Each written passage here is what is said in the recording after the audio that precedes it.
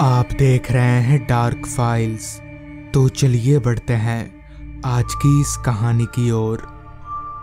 ये घटना मेरे पापा के साथ तब पेश आई थी जब उनकी उम्र महज 22 या 23 साल की रही होगी।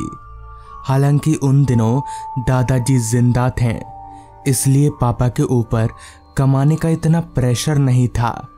मगर फिर भी पापा टाइम पास करने के लिए पढ़ाई के साथ ही साथ शहर की एक दवा दुकान में काम किया करते थे।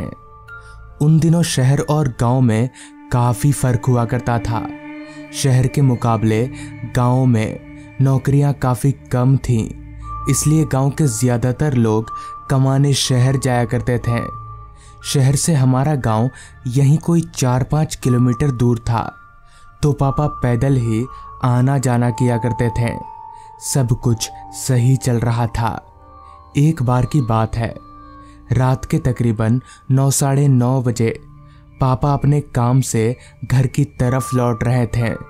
हालांकि रात बहुत नहीं हुई थी, मगर रास्ते पर उन दिनों जल्दी ही सन्नाटा पसर जाया करता था।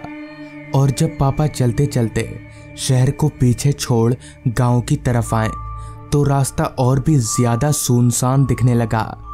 रात हर पल गहराती जा रही थी। चलते चलते पापा अब एक छोटे से पुल के पास आ चुके थे। पापा ने अभी उस पुल पर कदम रखा ही था कि तभी उनकी नज़र पुल के एक किनारे पर खड़ी एक लड़की पर गई। पापा को बड़ा अजीब लगा कि आखिर ये लड़की इतनी रात गए इस पुल पर कर क्या रही है। खैर, पापा उस लड़की को नज़रअंदाज करके आगे बढ़ने लगे। पापा अभी आगे बढ़ ही रहे थे कि तभी उन्हें किसी की सिसकियां सुनाई दी। क्योंकि उस वक्त वहां पापा और उस लड़की के अलावा और कोई मौजूद नहीं था, तो जाहिर सी बात है वो लड़की ही रो रही होगी। जिस बात को नज़रअंदाज कर पापा वहां से आगे बढ़ गए और फिर चलते चलते सीधे घर जाकर ही रुके। अगली सुबह पापा काम पर पहुंचे और फिर रात के 9 बजे तक काम से उनको छुट्टी मिली, तो पापा घर की तरफ चल पड़े। मगर आज मौसम के मिजाज काफ़ी बिगड़े बिगड़े से लग रहे थे। आज आसमान पर काले बादलों का जमावड़ा था। रह रहकर बिजलियां चमक रही थी और बादल गरज रहे थे। पापा को डर था कि कहीं बारिश आ गई तो वो फंस जाएंगे, क्योंकि उनके पास छाता नहीं था। लिहाजा पापा जल्दी जल्दी अपने कदम चलाने लगे। समय हर पल बढ़ता ही जा रहा था, जिसके साथ ही साथ मौसम और भी खराब होता जा रहा था। चलते चलते पापा अब फिर से उसी पुल के पास पहुंच चुके थे। तभी पापा को पुल पर फिर से वही लड़की नजर आई, मगर इस बार वो लड़की पुल की रेलिंग पर बैठी हुई थी। पापा को थोड़ा आश्चर्य हुआ कि आखिर ये लड़की रोज रोज रात में पुल पर क्या करती है, मगर पापा ऐसे उस लड़की से कुछ पूछ भी नहीं सकते थे। लिहाजा वो पुल पर आगे बढ़ने लगे। चलते चलते पापा अभी उस लड़की के पास से गुजर ही रहे थे कि तभी उस लड़की ने पापा से कहा, सुनिए जरा। उस लड़की की आवाज़ सुन पापा ने अपने आसपास देखा, मगर वहां उनके अलावा और कोई शख्स नहीं था। इसका मतलब कि वो लड़की पापा से ही बात कर रही है। जिस पर पापा ने उस लड़की के करीब जाते हुए कहा, जी बोलिए, क्या हुआ। पापा ने पहली बार उस लड़की का चेहरा ध्यान से देखा। वो लड़की काफ़ी खूबसूरत थी। खैर, उस लड़की ने पापा से कहा, आप जरा उस चाय की दुकान से मेरे लिए कुछ खाने का ला देंगे। पापा को बड़ा अजीब लगा कि आखिर ये लड़की खुद दुकान में जाकर खाने का क्यों नहीं ले लेती। दुकान तो यहीं पास में ही है। खैर, पापा ने उस लड़की से कहा, ठीक है, मैं लेकर आता हूँ। इतना बोलकर पापा उस चाय की दुकान की तरफ जाने लगे। चाय की दुकान वहीं एक मोड़ के पास में थी, जहाँ से एक दूसरा रास्ता भी कटता था। खैर, पापा चलते हुए उस चाय की दुकान पर गए। चाय की दुकान में खाने लायक क्या ही मिलेगा, मगर पापा को जो भी मिला पापा वो सब कागज में लपेटकर उस लड़की के लिए ले जाने लगे।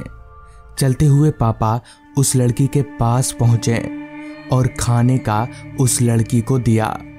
पापा को पूछने में थोड़ी हिचकिचाहट हो रही थी, मगर फिर भी पापा ने उस लड़की से पूछा, वैसे आप यहाँ इतनी रात गए कर क्या रही हैं और आपका घर कहाँ है?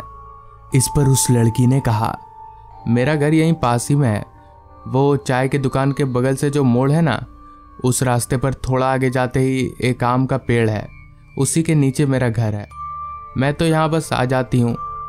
अभी पापा और वो लड़की बात कर ही रहे थे कि तभी अचानक से एक तेज बादल गरजने की आवाज के साथ बारिश चालू हो गई।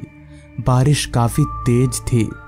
तभी उस लड़की ने पता नहीं कहां से पापा को एक छाता पकड़ा दिया और बोली, आप ये लेकर घर चले जाइए।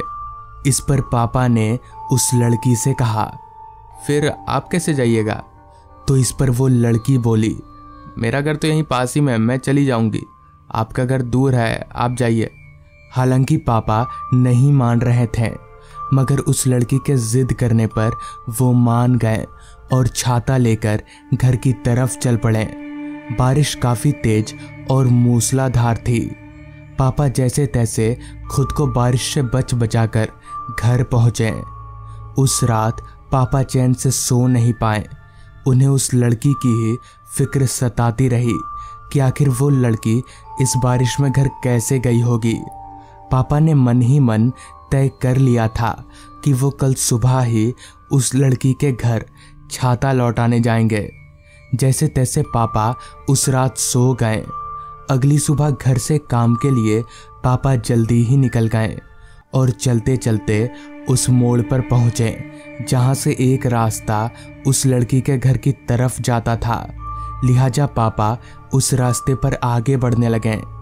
उस रास्ते पर आसपास कोई घर नजर नहीं आ रहा था, जब तक कि पापा एक आम के पेड़ के पास नहीं पहुंच गए। उस पेड़ के ठीक नीचे ही एक छोटी सी झोपड़ी थी, मगर अजीब बात तो ये थी कि उस झोपड़ी के दरवाजे पर ताला लगा हुआ था। पापा को कुछ समझ नहीं आया। वो वापस मोड़ की तरफ जाने लगे। उन्होंने सोचा कि मोड़ पर उस चाय वाले से पूछ लूंगा। मोड़ पर पहुंचकर पापा उस चाय की दुकान पर गए और शुरू से लेकर अंत तक उस चाय वाले को पूरी बात बता दी, ताकि वो कोई गलत मतलब ना निकाले। पापा की सारी बात सुन उस चाय वाले ने पापा से कहा, ये क्या बोल रहे हैं भाई साहब आप? ऐसा तो नहीं हो सकता, क्योंकि वो लड़की तो परसों ही मर चुकी है। इसी पुल से कूदकर तो उसने अपनी जान दी थी। कल सुबह ही थी उसकी लाश बरामद हुई है। पापा के पैरों तले की जमीन निकल गई। उन्हें इन सब बातों पर यकीन नहीं हो रहा था, मगर तभी पापा को याद आया कि वो जब परसों रात को घर लौट रहे थे, तब उन्होंने उसी लड़की को वहां पुल पर रोते हुए देखा था। पापा के हाथ पैर जोर जोर से कांप रहे थे। उन्हें समझ नहीं आ रहा था कि अब क्या करें। किसी तरह पापा काम पर गए। उस रात जब पापा उस पुल के पास से घर वापस लौट रहे थे, तो उन्हें वहां कोई लड़की नहीं मिली। उस घटना के बाद पापा के दिमाग में एक ऐसी छाप छूट गई कि पापा ने कुछ ही दिनों में वो दवाई दुकान वाला काम ही छोड़ दिया और कई दिनों तक पापा बीमार भी थे, मगर वो लड़की पापा को फिर कभी नहीं दिखी। तो दोस्तों, ये थी आज की कहानी। अगर आपको ये कहानी पसंद आई हो तो चैनल को ज़रूर सब्सक्राइब कर लें। तो मैं आपका दोस्त आर्यन जल्द ही मिलूंगा आपसे ऐसी ही एक कहानी के साथ। राहुल के घर में रहते हुए मुझे यहीं कोई 1-2 दिन ही बीते होंगे। राहुल अपने घर में अकेला रहता था। उसका इस दुनिया में कोई नहीं था। राहुल का घर एक ऐसी जगह पर था जहां शायद ही कोई रहना पसंद करेगा, क्योंकि उसके घर के आसपास दूसरा कोई घर नहीं था। अगर कुछ था तो सिर्फ घना जंगल। मुझे समझ नहीं आ रहा था कि आखिर राहुल ने ऐसी जगह पर घर लिया ही क्यों, जहां आधे दिन बिजली ही नहीं रहती। एक रात जब मैं और राहुल एक कमरे में बैठकर टीवी देख रहे थे, तभी मैंने राहुल से पूछा, यार तू इस घर को बेचकर कोई अच्छी जगह पर फ्लैट क्यों नहीं ले लेता? इस पर राहुल मुस्कुराते हुए बोला, ये हमारा खानदानी घर है। मेरे दादा परदादा, यहाँ तक कि मेरे मम्मी पापा भी इसी घर में मरे हैं। पता नहीं क्यों इस घर को छोड़ने का मन नहीं करता। राहुल की ये बात सुनकर मैंने भी और कुछ नहीं बोला। टीवी देखते देखते रात के 9 बज गए, जिसके साथ ही हमारे पेट की भूख ने जागना शुरू कर दिया। जिस पर मैंने राहुल से कहा, यार आज खाने में एक पिज्ज़ा मंगवा लेते हैं क्या? इस पर राहुल बोला, हाँ ठीक है मंगवा ले, वैसे भी आज खाना बनाने का मन नहीं कर रहा। लिहाजा मैंने अपना फ़ोन निकाला और ऑनलाइन पिज्ज़ा ऑर्डर कर दिया। पिज़्ज़ा आधे घंटे में ही आने वाला था। पिज़्ज़ा ऑर्डर देने के साथ ही साथ मेरे दिमाग में एक ख्याल आया, क्यों ना अभी जो डिलीवरी बॉय पिज्ज़ा लेकर आएगा उसे थोड़ा डराया जाए। थोड़ी मस्ती मजाक करने में कोई हर्ज नहीं है। लिहाजा मैंने ये शैतानी आइडिया राहुल को बताया। पहले तो राहुल मना कर रहा था, मगर मैं जब जिद करने लगा तब राहुल मान गया। फिर तकरीबन 20-25 मिनट बाद घर के दरवाजे पर दस्तक सुनाई दी। हम दोनों समझ गए कि कौन होगा और वहीं से उस डिलीवरी बॉय को डराने का सिलसिला हम दोनों ने शुरू कर दिया। उस डिलीवरी बॉय को हमने इतना डराया कि वो पिज़्ज़ा वहीं छोड़कर बिना पैसे लिए ही भाग गया। हमने पिज़्ज़ा लिया और घर के अंदर आकर दरवाज़ा बंद करके पिज़्ज़ा खाने लगे।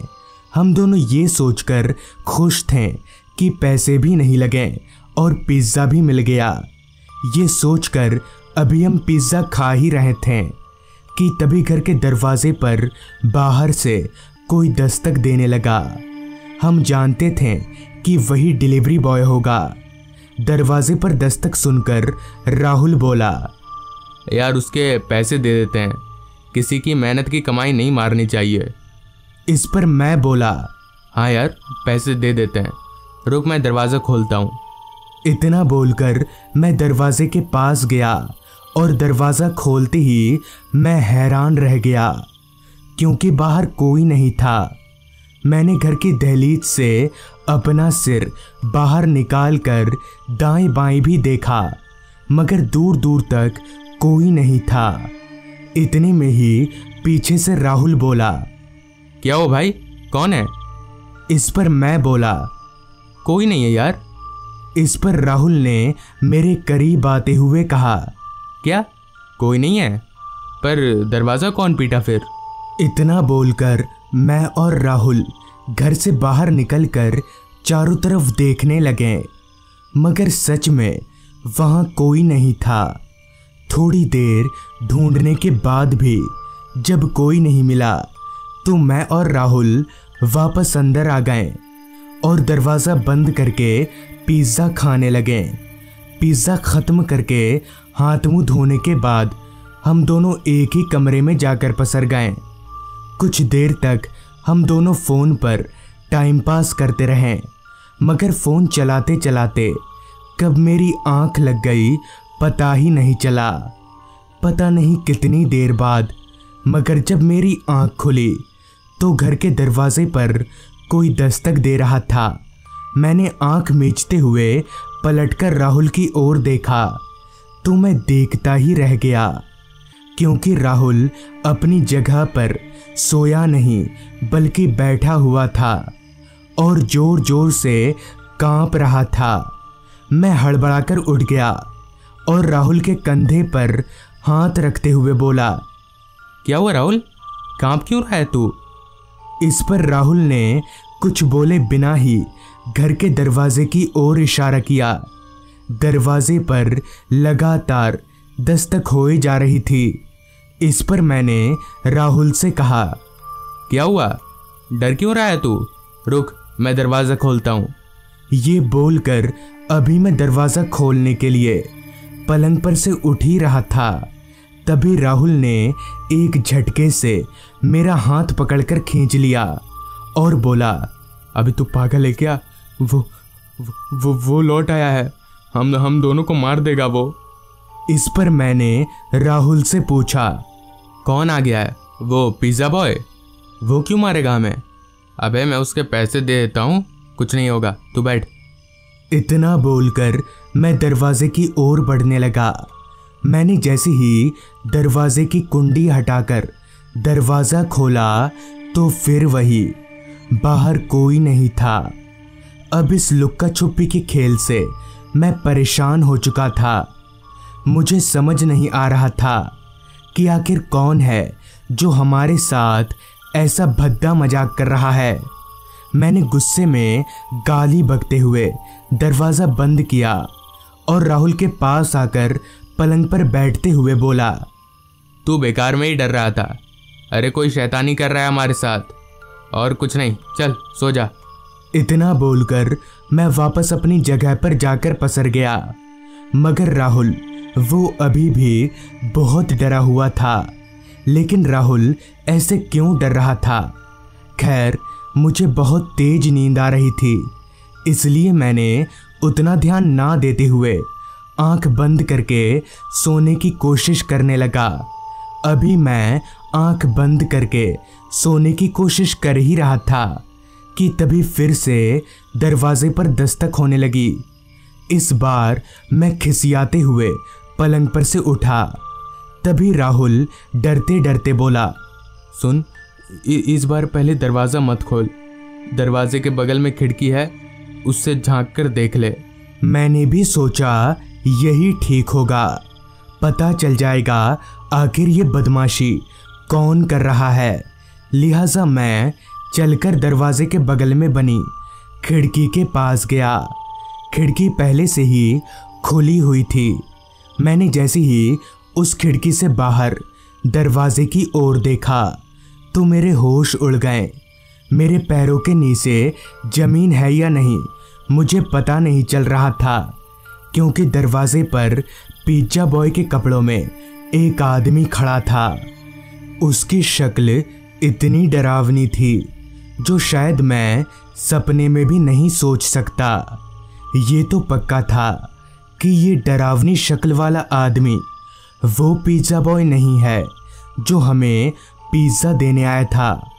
तो फिर कौन है ये आदमी?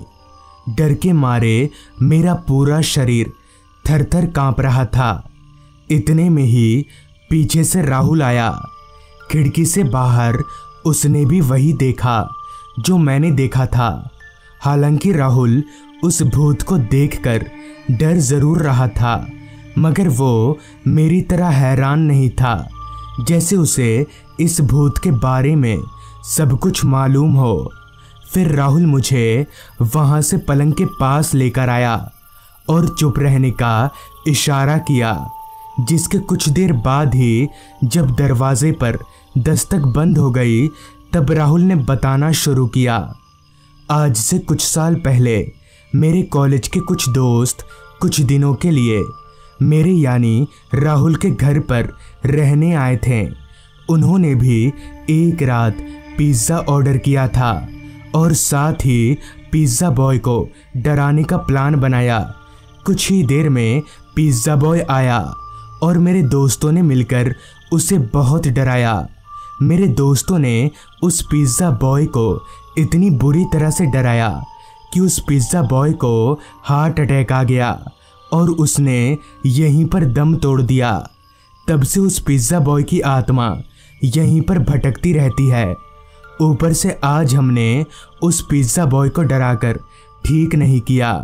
इस पर मैंने राहुल से पूछा, पर भाई जब मैंने दो बार दरवाज़ा खोला तब तो कोई नहीं था। इस पर राहुल बोला, हाँ, वो इसलिए क्योंकि वो पिज़्ज़ा बॉय की आत्मा 3 बार दरवाज़ा पीटती है। 2 बार वो कुछ नहीं करता, लेकिन अगर तीसरी बार किसी ने गलती से भी दरवाज़ा खोल दिया तो वो जिंदा नहीं बचता। ये सब सुनकर मैं बहुत डर गया, लेकिन साथ ही उस रात मुझे एक सीख भी मिली कि मजाक एक हद तक अच्छी लगती है। वो मजाक मजाक नहीं कहलाता जिसमें किसी की जान पर बनाए। तो दोस्तों, ये थी आज की कहानी। अगर आपको ये कहानी अच्छी लगी हो तो चैनल को ज़रूर सब्सक्राइब कर लें। तो मैं आपका दोस्त आर्यन जल्द ही मिलूँगा आपसे ऐसी ही एक कहानी के साथ।